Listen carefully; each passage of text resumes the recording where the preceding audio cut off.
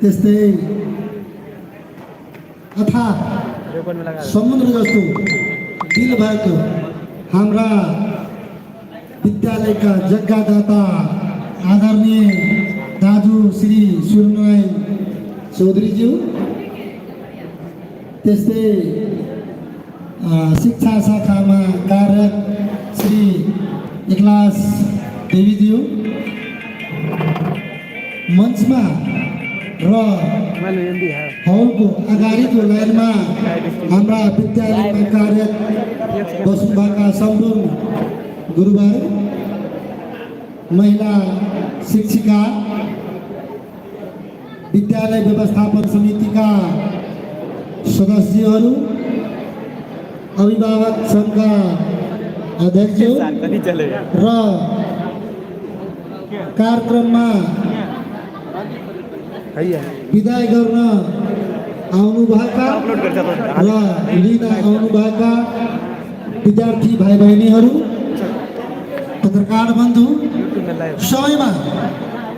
लक्ष्मीपुर पतारी गाउँपालिका वडा नम्बर 2 पोखरीबिन्दा पर्साको तर्फबाट र व्यक्तिगत मेरो तर्फबाट हार्दिक हार्दिक कोटि कोटि नमन अभिवादन नमस्कार गर्न चाहन्छु। आजको प्रोग्रामले मलाई यो महसुस भएको छ, पोखरबिन्दा पर्साका हाम्रा पूर्वजहरूले कति चाहिँ यो संसारमा भौतिक रूपमा हुनुहुन्छ, कतिजना आफ्नो देह त्याग गरेर संसारबाट विदा भइसक्नु भएको छ र यो प्रोग्राम देखेपछि नाम जस्तो काम र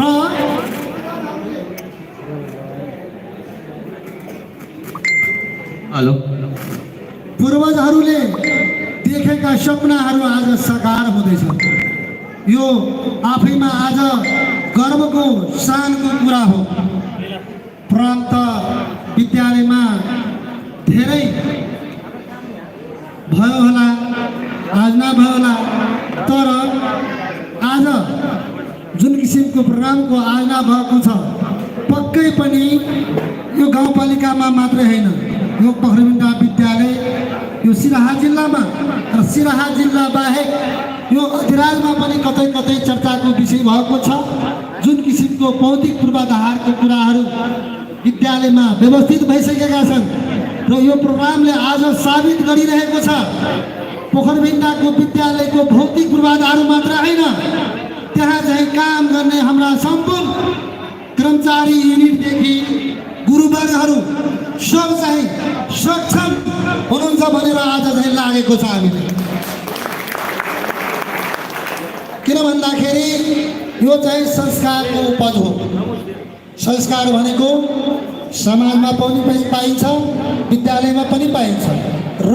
आज चाहिँ यो विद्यालयमा पाएको संस्कारको उपज हो। यो विद्यालयमा पाएको संस्कारको उपज हो। यदि सरहरूले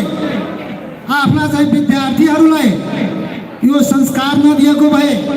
यस्तो किसिमको शिक्षा नदिएको भए, सायद आफूभन्दा ठुलोलाई सम्मान, सानोलाई माया गर्ने जुन यो संसारको नीति छ,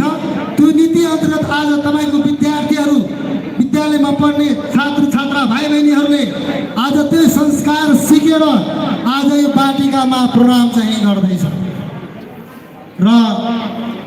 पक्कै पनि मलाई लाग्छ विवाद कहाँ हुन्छ,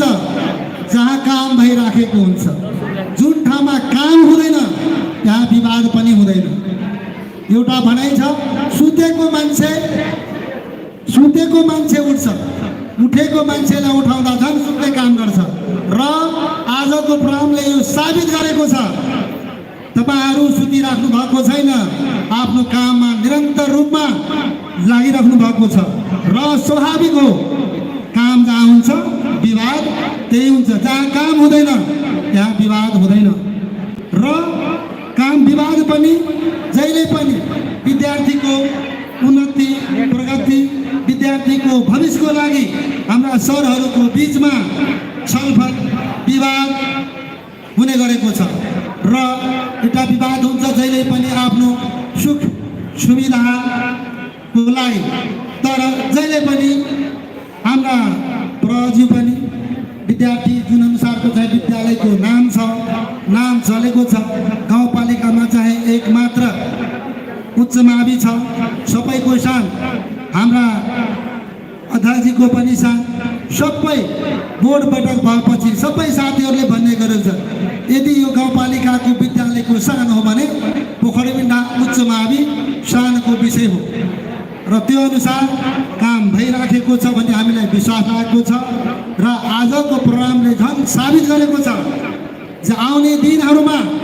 यो प्रोग्राम मात्र होइन, यस्ता यस्ता प्रोग्रामहरू जुन विद्यालयको इज्जत प्रतिष्ठा मान मर्यादासँग गाँसेको हुन्छ, त्यसको लागि हाम्रा गुरुवर्गदेखि कर्मचारी युनिटदेखि सम्पूर्ण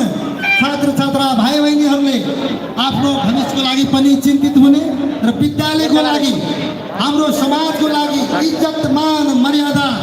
यो जिल्लामा मात्रै होइन, गाउँपालिकामा मात्रै होइन, नेपाल अधिराज्यभरिमा कसरी अगाडि बढाउनु हुनुहुन्छ भने तपाईँहरू चिन्तनशील बनेर काम गर्नुहुन्छ भन्ने मलाई विश्वास लागेको छ। र विदाय भएर जाने, विदाय गर्नुहुने सम्पूर्ण भाइ बहिनीहरूलाई हृदयदेखि